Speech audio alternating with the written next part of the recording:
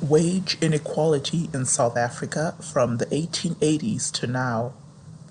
The discovery of diamonds in the 1870s and gold in the 1880s quickly led to a monopoly in the mining, processing, and selling of these minerals. De Beers Consolidated Mines controlled the diamond monopoly, while the gold monopoly was controlled by the Chamber of Mines. The United Kingdom was the dominant beneficiary of diamond and gold sales overseas. After World War I, manufacturing became the fastest-growing sector of the economy. Most of the growth was concentrated in the Witwatersrand, Johannesburg, Pretoria, Cape Town, East London, Port Elizabeth, and Durban. The rural areas where most Africans lived remained largely underdeveloped.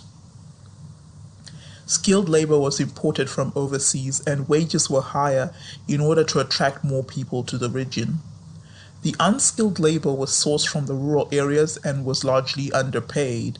The two-tier pay system continued for a long time, and the pay difference increased over time. The European workers were allowed to organize labor unions, but Africans were excluded from these unions. The South African government used civilized labor policy as the basis for excluding Africans from certain jobs that paid more. These policies reserved certain jobs for Europeans, regardless of their ability or qualification for the job. In 1935, the average wages paid to a European miner were 11 times the wages paid to an African miner, and by 1960, European miners made 16 times more.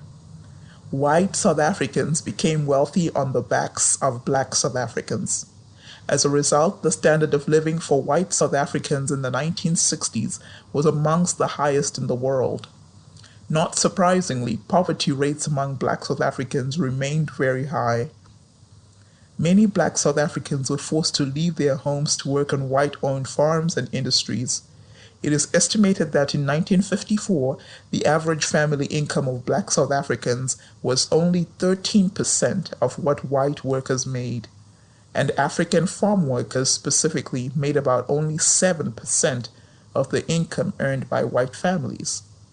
These inequalities in income persist even today. It is estimated that the average white family earns about 6 times more than the average black family in South Africa.